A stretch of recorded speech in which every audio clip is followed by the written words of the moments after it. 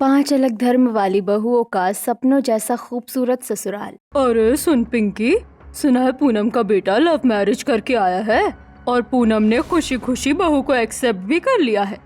और तो और इतना बड़ा गृह प्रवेश का फंक्शन किया, सबको विद फैमिली इनवाइट किया था। तू नहीं गई क्या उनके घर फंक्शन में? अरे हाँ, सुना तो मैंने भी है। भाई मुझे तो अगर इनवाइट भी करती तो मैं नहीं जाती। ये कोई बात है? लव मैरिज करके किसी भी कास्ट की लड़की को घर की बहू बना दिया। मैं तो अपने घर में ऐसा कभी नहीं होने दूंगी। देखना तुम, मेरे 5 बेटे हैं और 5 बहू मैं अपनी पसंद की ही लाऊंगी। भाई बच्चों के आगे माँ बाप को झुकना पड़ता है। और फिर अब जमाना बदल रहा है, अब तो सभी अपनी पसंद से शादी कर रहे हैं, धर्म जात कोई नहीं देखता। अरे ऐसे बोल बोल कर ही तो तुम सब लोग अपने बच्चों को सिर पर बैठा रही हो। जब तुम खुद से उन्हें इतनी हिम्मत दोगी तो वो दूसरी जात में जाकर लड़कियां पसंद करेंगे ही। मैं तो ऐसा कभी नहीं होने दूंगी। कमला और पिंकी की बातें पीछे खड़ी पिंकी की बहू निकिता भी सुन लेती है। ये सब सुनकर निकिता मन में सोचती है, पूरे मोहल्ले में इन आंटी से ज्यादा रूढ़िवादी कोई नहीं है। बताओ, 21वीं सदी में 19वीं सदी वाली सोच लेकर बैठी है। आज के जमाने में सब बच्चे अपनी पसंद से शादी करते हैं और ये पता नहीं अपने बच्चों के साथ क्या करेंगी। मैं तो कहती हूँ भगवान इसके 5 बेटे लव मैरिज करे, फिर देखते हैं ये बड़ी बड़ी बातें कैसे बनाएंगी। इधर दोनों पड़ोसन आपस में थोड़ी देर बातें करती हैं और उसके बाद कमला अपने घर चली जाती है। ऐसे ही कुछ दिन बीत रहे हैं। दूसरी तरफ राधिका रात को घर का सारा काम खत्म करके बहुत लेट सोई थी, लेकिन सुबह उठते ही उसकी चाची उसे ताने मारते हुए उठाने लगती है। अरे ओ महारानी, सूरज निकल गया है, कब तक सोएगी? घर का कोई काम धाम नहीं करना है क्या? इस घर में मुफ्त की रोटियां तोड़ती है क्या? तेरी वो मरी हुई माँ आएगी आकर काम करने? सुजाता के ताने सुनकर राधिका तुरंत बिस्तर से उठ जाती है और बेचारी आंखें मलते हुए घर का सारा काम करने लगती है। देख, रसोई में पूरी सिंक बर्तनों से भरी पड़ी है। रात में ऊपर ऊपर से 1-2 बर्तन उठाकर साफ करके सो गई और ऐसे दिखाती है जैसे कि पूरा घर इसी ने संभाल रखा है। चल जाकर पहले बर्तन साफ कर। बेचारी राधिका मुंह से एक शब्द भी नहीं निकालती और चुपचाप जो जो उसकी चाची कहती है वही करने लगती है। और इस तरह वो सुबह का सारा काम खत्म करके खुद के लिए भी चाय डालकर बैठ जाती है। हाँ, लग गई होगी तुझे तो भूख। खाने को तो तुझे सबसे पहले चाहिए। और ये क्या, नया वाला पैकेट खोल लिया बिस्किट का? सारा खाना तो अकेली खा जाएगी। ये महंगे बिस्किट तेरे लिए नहीं है। सुजाता राधिका के हाथ से चाय का कप भी छीन लेती है और उसमें से बिस्किट भी उठा लेती है। फिर अपने पति से कहती है, इस महारानी के इतने खर्चे हमसे नहीं निभाएंगे। मैं तो कहती हूँ इसे अनाथ आश्रम में छोड़ो। ये सुनकर राधिका फूट फूट कर रोने लगती है। इधर दूसरी तरफ रजिया का भी कुछ ऐसा ही हाल है। रजिया के पेरेंट्स बचपन में ही उसे छोड़कर चले गए थे। अब वो अपनी खाला शबनम के साथ रहती है, जो उससे घर का सारा काम करवाती है। कपड़े भी धो दिए हैं, सब कुछ साफ हो गया है, रसोई की सफाई हो गई है। बहुत भूख लग रही है, चलो अब कुछ खा लेती हूँ। घर का सारा काम खत्म करने के बाद जैसे ही रजिया रसोई में खाना खाने के लिए जाती है, तुरंत शबनम उसका हाथ पकड़ लेती है। क्या कर रही है तू? ये खाना मेरे बेटे के लिए रखा है, तेरे लिए तो वो वाला खाना है, जा वही खा। शबनम रजिया के हाथ से ताजा खाना छीन लेती है और रात का बासी खाना उसे पकड़ा देती है। बेचारी रजिया उसे खाते हुए रोने लगती है। या अल्लाह, मुझे भी मेरे अम्मी अब्बू के पास भेज दे, मुझे खाला के पास नहीं रहना। इधर ऐसे ही हालात मनदीप के भी हैं। मनदीप अपने मामा मामी के साथ रहती है। तेनू दिखाई नहीं दिंदा बाहर कितना गंदा हो रहा है? जा जक्कर झाड़ू लगा। मामी जी, हुण बहुत धूप हो रही है, मैं शाम ਨੂੰ पूरा आंगन साफ कर दवांगी जी। एक भी काम दे हाथ नहीं लगांदी, तेनू इन्नी धूप लगदी है? बाहर वेख, मजदूर सारे धूप विच काम कर रहे ने, ज्यादा बहानेबाजी ना कर, जा हुणे झाड़ू लगा। बेचारी मनदीप धूप ਵਿੱਚ ਝਾੜੂ ਲਗਾਉਣੇ ਲਈ ਉੱਠਦੀ ਹੈ ਅਤੇ ਕੱਲ ਉਸਦੀ ਚੱਪਲ ਵੀ ਟੁੱਟ ਗਈ ਸੀ। ਫਰਸ਼ ਇੰਨਾ ਗਰਮ ਸੀ ਕਿ ਉਸਦੇ ਪੈਰ ਸੜਨ ਲੱਗ ਪੈਂਦੇ ਨੇ। ਜਿਵੇਂ ਤਿਵੇਂ ਕਰਕੇ ਉਹ ਝਾੜੂ ਲਗਾਉਂਦੀ ਹੈ। ਮਾਮੀ ਜੀ, ਮੇਰੀ ਚੱਪਲ ਟੁੱਟ ਗਈ ਹੈ ਜੀ। ਬਾਹਰ ਧੂਪ ਵਿੱਚ ਫਰਸ਼ ਬਹੁਤ ਗਰਮ ਹੁੰਦਾ ਹੈ, ਮੇਰੇ ਕੋਲ तो चले नहीं ਜਾਂਦਾ। ਵੇਖੋ ਮੇਰੇ ਪੈਰੋਂ ਵਿੱਚ ਛਾਲੇ ਪੈ ਗਏ ਨੇ। मेरे लिए एक जोड़ी चप्पल मंगवा दो जी। तेरे माँ बाप साढ़े ना प्रॉपर्टी नहीं करके गए सानू, जो 80 तेरे खर्चे उठाइए। मेरे कोल कोई टूटे हुए चप्पल पे होणगे, ओही पाले। साडे कोल इन्ने पैसे नहीं ने। मैं तां तेरे मामा नू कह के तेनू अनाथ आश्रम च भिजवा दवांगी। साडे बस दी गल नहीं है इन्ना खर्चा करना। तो एक तो बेचारी मनदीप पूरा दिन धूप में काम करती है, ऊपर से इसकी चाची इसे फिर से अनाथ आश्रम भेजने की बात कर रही हैं। ये सुनकर तो मनदीप का दिल टूट जाता है। उधर दूसरी तरफ मारिया का भी कुछ ऐसा ही हाल है। मारिया अपनी चाची डिम्पल के साथ रहती है। मारिया ग्रेवयार्ड में अपने माँ पापा की कब्र के पास बैठकर रो रही होती है। तभी उसकी चाची उसे ढूंढते ढूंढते वहीं आ जाती हैं। अरे ओ महारानी, तेरा दिमाग खराब है क्या? तू पागल है क्या जो घर में बिना बताए ही यहाँ आ जाती है? Why you do like this, हाँ? तूने एक बार भी नहीं सोचा कि we all were searching for you? अरे कुछ तो सोचो, तू यहाँ आकर बैठ गई। But people will say ना कि सौतेली चाची थी, लड़की का ध्यान नहीं रखा, घर से निकाल दिया। ओह गॉड, क्या इमेज बन जाएगी हमारी। चल अब रो क्या रही है? गेट अप फ्रॉम हियर और घर चल राइट नाउ। डिम्पल डरा धमकाकर मारिया को वापस ले आती है और घर आते ही सारा काम उसी से करवाती है। और ऐसे ही मारिया के बुरे दिन चल रहे थे। इधर वर्षा की हालत भी बिल्कुल इन चारों लड़कियों जैसी ही है। वर्षा की माँ बचपन में ही उसे छोड़कर चली गई थी। उसके पापा ने दूसरी शादी कर ली थी। उसकी सौतेली माँ सुनीता उसके साथ बहुत बुरा व्यवहार करती है। पापा देखो, मेरे सारे कपड़े फट गए हैं। गर्मी में ये इतने मोटे कपड़े मुझसे नहीं पहने जाते। आप मेरे लिए भी एक दो जोड़े कपड़े मंगा दो ना। इससे पहले वर्षा के पापा कुछ कह पाते। कितना कपड़ा फाड़ दिया हो तूने? अभी तो के हम नया कपड़ा ला कर दिए थे, थोड़ा ध्यान से नहीं रख सकती का? अरे हमरा और भी बच्चा है, कोई तो इकलौती तो ना हो जो सारा पैसा तोहरे पर ही उड़ा दी। इतनी देर में सुनीता के सगे बच्चे वहाँ आ जाते हैं। ये लो अपना कपड़ा, देखो कितना सारा कपड़ा है तुम्हारे पास, अभी है पहने रहना और दोबारा से कपड़ा के बारे में मत कहना। रितिका अपने सारे पुराने कपड़े वर्षा के ऊपर फेंक कर चली जाती है। इन सब से वर्षा का दिल छलनी हो जाता है और वो फूट फूट कर अपनी माँ को याद करके रोने लगती है। ऐसे ही कुछ दिन बीत जाते हैं और एक दिन इनके सौतेले चाचा चाची, मामा मामी, ये सभी लोग राधिका, रजिया, मनदीप, मारिया और वर्षा को एक ही अनाथ आश्रम में छोड़ जाते हैं। हालांकि ये सभी अलग अलग जगहों पर रहती थीं, लेकिन कोइंसिडेंटली ये एक ही आश्रम में आ जाती हैं। इस आश्रम की जो हेड है वो विमला है। विमला लड़कियों के साथ बिल्कुल भी अच्छे से पेश नहीं आती। राधिका एक कोने में चुपचाप बैठी होती है। तभी विमला वहां आती है। अरे ओ लड़की, तू वहाँ क्या कर रही है? चल बाहर आजा, दिखाई नहीं देता सब लड़कियाँ काम कर रही हैं। विमला राधिका को कमरे से बाहर लाती है और आंगन की सारी गंदगी साफ करने को कहती है। ये सारा कूड़ा यहाँ से हट जाना चाहिए, उसके बाद यहाँ कुछ खाने को मिलेगा। राधिका काम करने लगती है। तभी विमला एक एक करके रजिया, मनदीप, मारिया और वर्षा को भी काम बताने लगती हैं। पांचों लड़कियां एक ही जगह पर काम करने लगती हैं। ये एक दूसरे की तरफ देखती हैं। इनकी आंखों में गम होता है और बिना कुछ कहे ये एक दूसरे का दर्द समझ जाती हैं। राधिका बाजी, रोना बंद करें, हमारी किस्मत ही खराब है, वरना हम अपने घर में होते। अल्लाह पाक हमारे नसीब अच्छे करेगा। आप रोना बंद करें। बस उन्हीं बच्चों का कोई नहीं होता जिनके माँ बाप उन्हें छोड़कर चले जाते हैं। यस, यू आर राइट, मेरा भी इस दुनिया में कोई नहीं है। इवन माय स्टेप मदर ने मेरे पापा को कन्विंस करके मुझे यहाँ छोड़ दिया। Oh Lord, please give me some strength, I really need you right now. पांचों लड़कियां आपस में बातचीत करती हैं और अपना सुख दुख बांटती हैं। ऐसे ही कुछ दिन बीत जाते हैं। एक दिन विमला दोपहर में इन्हें बाहर खड़ा कर देती है। शायद किसी एक लड़की की गलती की सजा सभी को देती है। इतनी धूप हो रही है और इसने हमें बाहर निकाल दिया। मैंने तो सुबह से कुछ भी नहीं खाया। जो नाश्ता आया था वो गलती से मुझसे गिर गया था। Same behaviour just like a step uncle used to treat us. We should leave this place. हाँ, तुम सही कह रही हो। हम पांचों की सिचुएशन एक जैसी है, हमें कुछ करना चाहिए। पांचों मिलकर अनाथ आश्रम से भागने का प्लान बनाती हैं। शाम होती है, सब अपने अपने कमरों में होते हैं। विमला देखने आती है तो ये सब सोने की एक्टिंग करती हैं। सबको चेक करके विमला भी जाकर सो जाती है। रात के करीब 2 बजे ये दीवार फांदकर आश्रम से भाग जाती हैं। ये कहीं दूर जाकर एक गांव में पहुंचती हैं। चलते चलते सुबह हो जाती है। गांव में इन्हें एक बूढ़ी औरत दिखती है जो अपने घर के बाहर बैठी होती है। काकी, हम अपने माँ बाप से बिछड़ गए हैं। हम कल से भूखे हैं और इस गांव में किसी को नहीं जानते। वैसे तो हमारे घर वाले हमें ढूंढ लेंगे, लेकिन हमें रहने के लिए कुछ दिनों के लिए कमरा चाहिए। क्या हमें कमरा किराए पर मिल सकता है? बेटा, मैं तो यहाँ अकेले रहती हूँ। कोई बात नहीं, तुम इस कमरे में रह सकती हो। रुको, मैं तुम्हें खाने के लिए कुछ देती हूँ। शांताबाई को इन पांचों पर दया आ जाती है।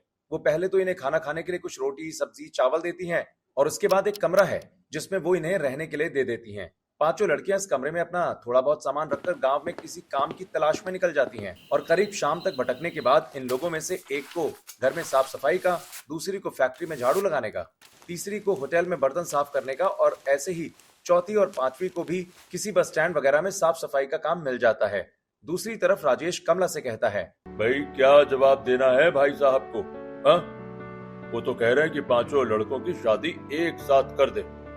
वैसे भी लड़की अच्छे खानदान की है, हमारे कास्ट की है, सुंदर भी है और पढ़ी लिखी भी है। कहना क्या है, हाँ कर दो। और जब भी शादी की कहे तो उन्हें कह दो कि भाई हम तो तैयार हैं।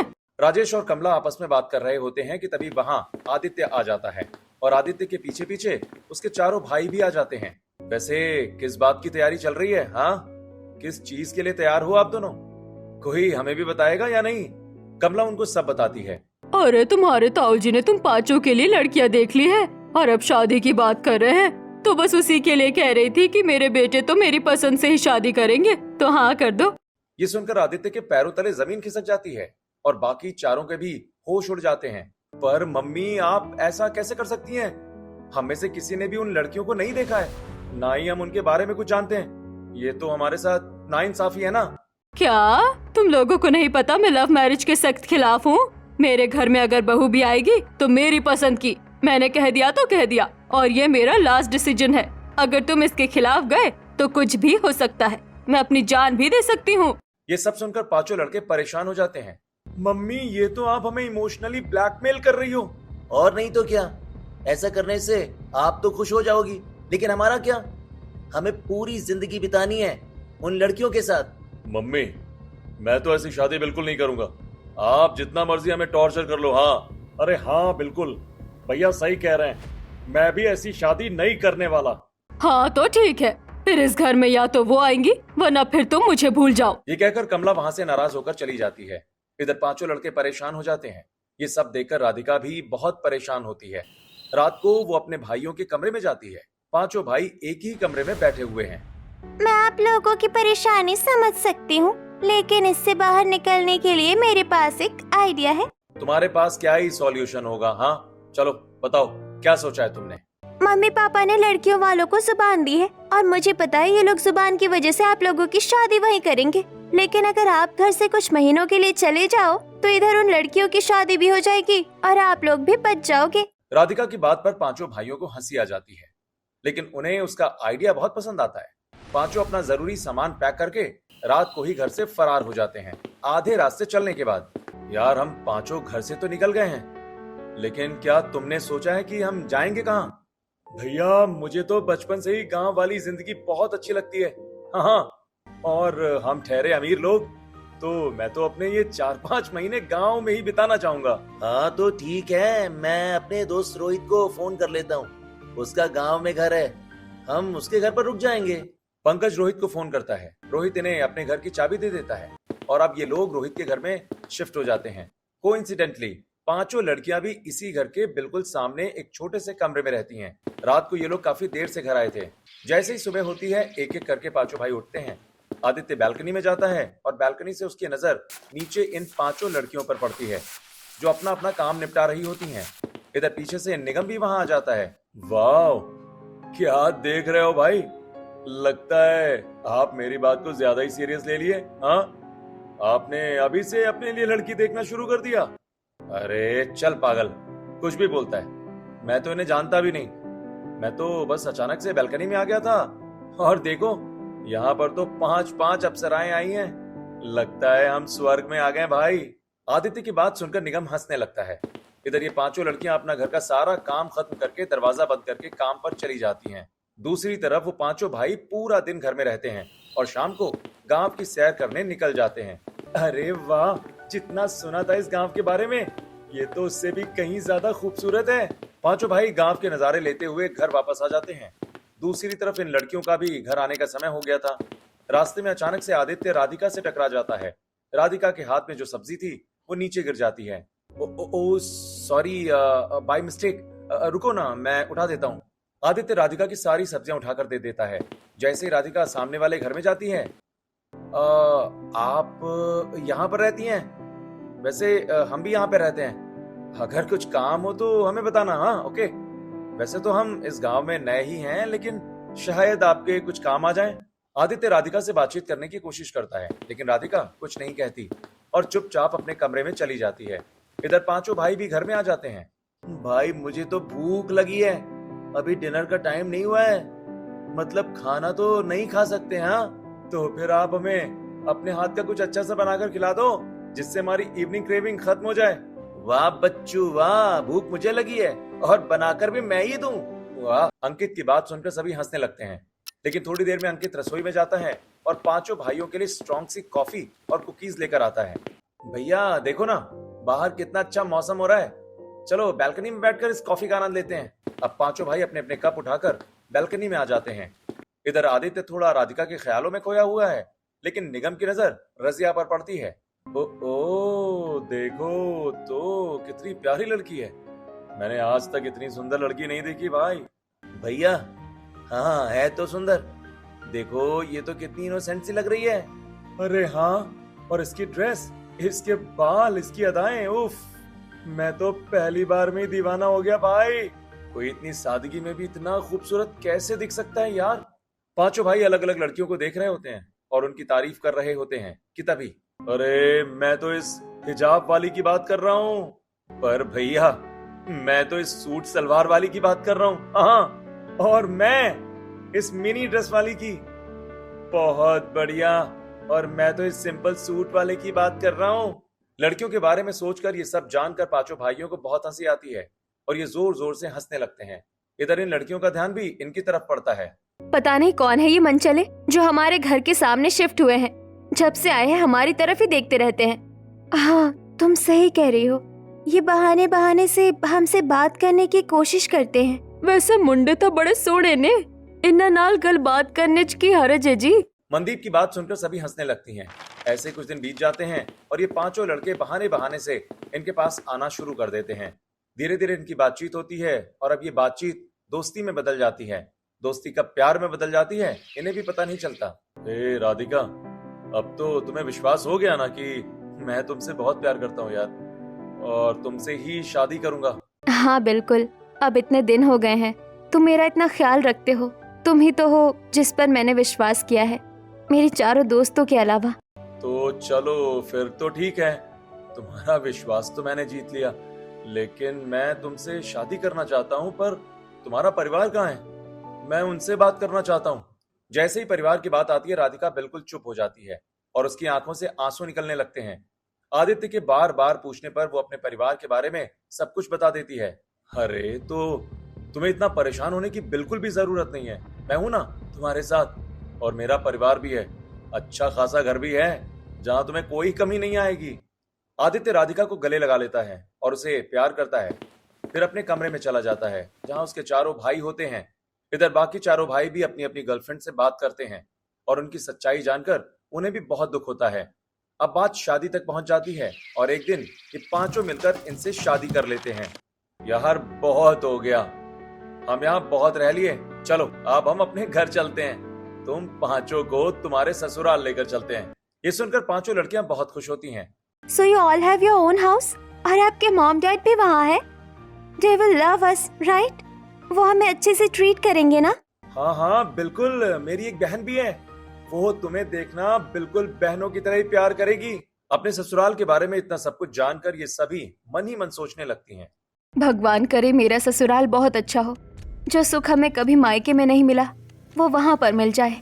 पांचों लड़कियां अलग अलग अपने ड्रीम ससुराल के सपने देखने लगती हैं और इस तरह से ये पांचों भाई अपनी अपनी वाइफ्स को लेकर घर आ जाते हैं। जैसे ही कमला दरवाजा खोलती है और पांचों लड़कों को अपनी पत्नियों के साथ देखती है तो उसका खून खौल उठता है। तभी पीछे से राजेश की आवाज आती है। कमला, कौन है दरवाजे पर? तुम कुछ बोल क्यों नहीं रही? इतनी देर में राजेश भी वहां आ जाता है। इन पांचों से कह दो मैं इनकी पसंद की शादी को कभी कबूल नहीं करूंगी और मैं इन्हें अपनी बहू कभी स्वीकार नहीं करूंगी। मेरी नजरों के सामने से चले जाओ, इस घर में तुम्हारी कोई जगह नहीं है। तुम पांचों ने ये बिल्कुल सही नहीं किया। अरे हम तुम पर गर्व करते थे, लेकिन तुमने हमारे गुरूर को मिट्टी में मिला दिया। चले जाओ यहाँ से मेरी नजरों के सामने से, और यहाँ कभी मत आना। कमला और राजेश पांचों बेटों को घर में आने से मना कर देते हैं। तभी रागिनी वहाँ आ जाती है। मम्मी पापा, ये कैसी बात कर रहे हो आप? जब बच्चे गलती करते हैं तो माँ बाप उन्हें माफ कर देते हैं, आपको भी भाइयों को माफ करना चाहिए। रागिनी अपने मम्मी पापा को समझाती है। मम्मी, ये पांचों बहुत अच्छी हैं आपको कभी शिकायत का मौका नहीं देंगी, आपका बहुत ख्याल रखेंगी। आप जैसी बहू चाहती थी ना, ये बिल्कुल वैसी ही हैं। आप इन्हें एक मौका तो दो। हाँ मम्मी, भैया बिल्कुल सही कह रहे हैं। ये सब मिलकर कमला को मना लेते हैं। अब कमला इन्हें अंदर तो आने देती है, लेकिन दिल से अपनी बहू स्वीकार नहीं करती। इधर जैसे ही पड़ोसन को पता चलता है कि कमला के 5 बेटों ने अलग अलग धर्म की लड़कियों से शादी की है, तो उनमें खुसर पुसर शुरू हो जाती है। मम्मी देखो, उस दिन पूनम चाची के बेटे ने जब लव मैरिज की थी तो कमला चाची बड़ी बड़ी बातें बना रही थी कि मैं तो अपने बेटों की शादी अपनी पसंद से कराऊंगी। अब देखो, इनके तो एक नहीं 5 बेटों ने अपनी पसंद से शादी की है, और वो भी अलग अलग धर्म की लड़कियों से। बेटा, जो ज्यादातर आता है उसके साथ ऐसा ही होता है। अरे आजकल के बच्चे अपने मन के ही चलते हैं, तो क्यों बड़ी बड़ी बातें बोलनी। कुछ भी हो सकता है, इंसान को संभल कर ही बोलना चाहिए। पिंकी और उसकी बहू जानबूझकर कमला को देखकर ये सारी बातें करती हैं, और कमला ये सब सुनकर अंदर ही अंदर जल उठती है। घर आते ही उसका गुस्सा और बढ़ जाता है। Mummy, what happened? Why are you looking so angry? मैंने तुझे 1000 बार कहा है, मुझसे फालतू के सवाल मत किया कर। कमला को गुस्से में देखकर रजिया उसके लिए पानी लेकर आती है। मम्मी जी, ये लीजिए पानी। लेकिन कमला पानी का ग्लास फेंक कर मार देती है। अब मेरे घर की रसोई में ये मुस्लिम लड़की काम करेगी क्या?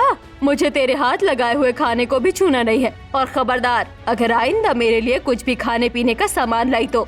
कमला पिंकी का सारा गुस्सा अपनी बहुओं पर उतार देती है। बेचारी रजिया रोती हुई अपने कमरे में चली जाती है, जहाँ मारिया भी होती है।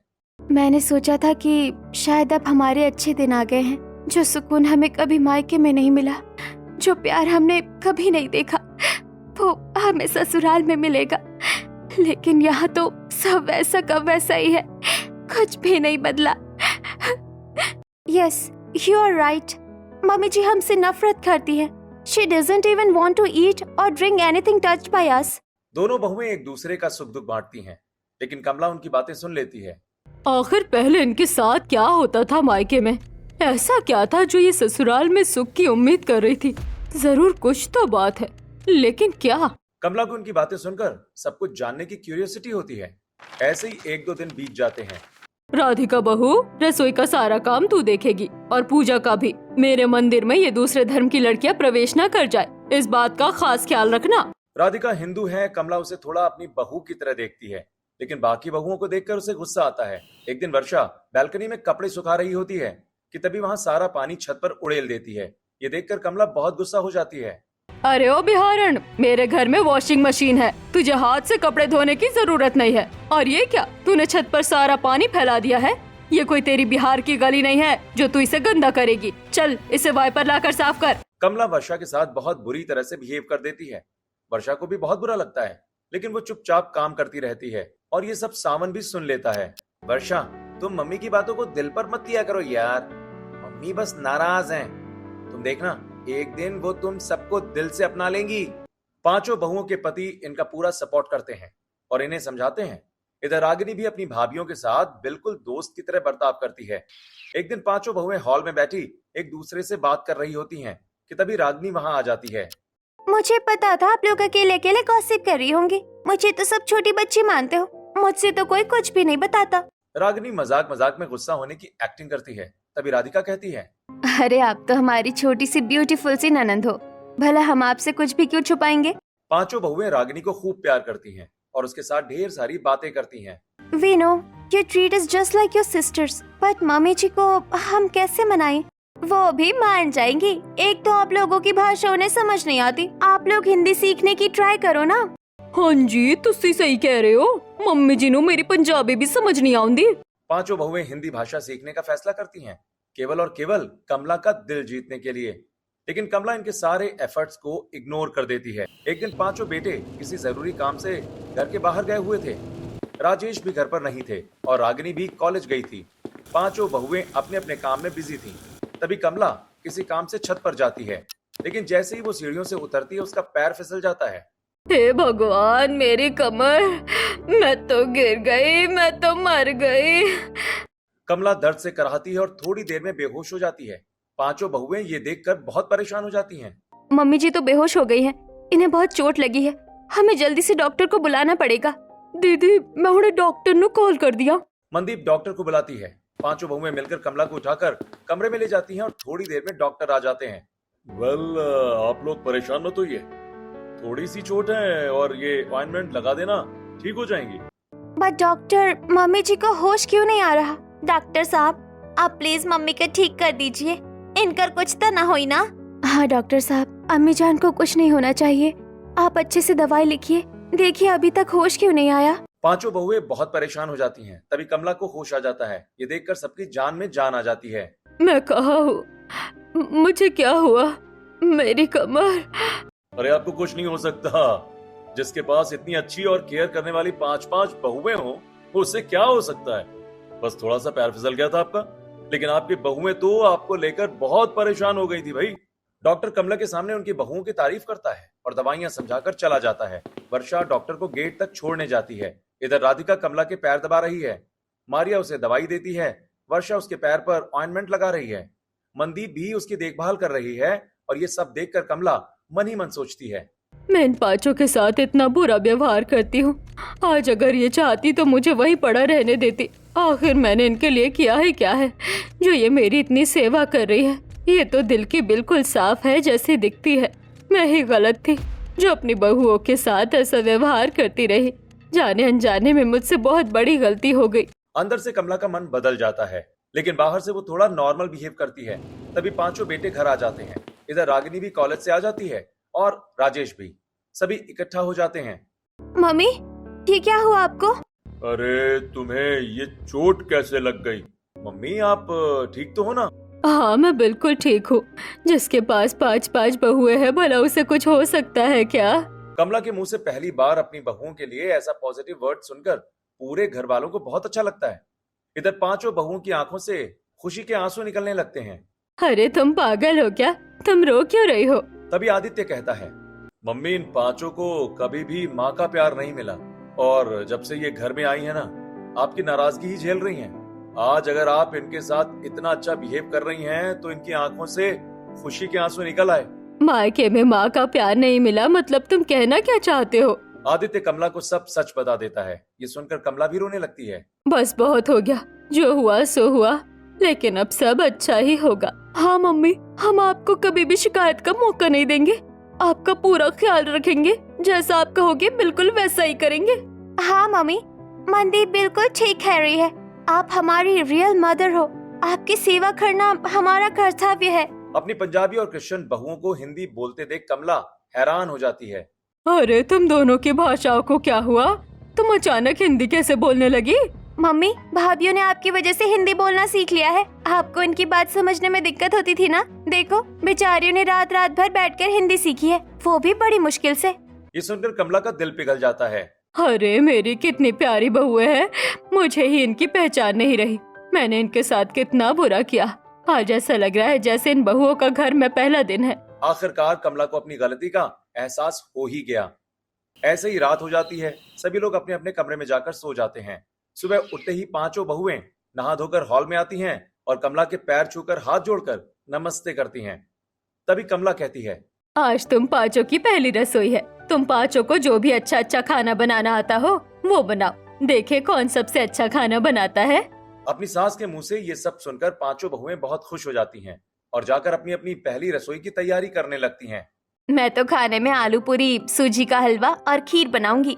साडे पिंड च तां आलू दे पराठे, कड़ी चावल बहुत पसंद किए जाते ने ते दाल च पंजाबी तड़का। आहा की स्वाद आऊगा। तुसी देखना, मम्मी जी नू बहुत पसंद आऊगा।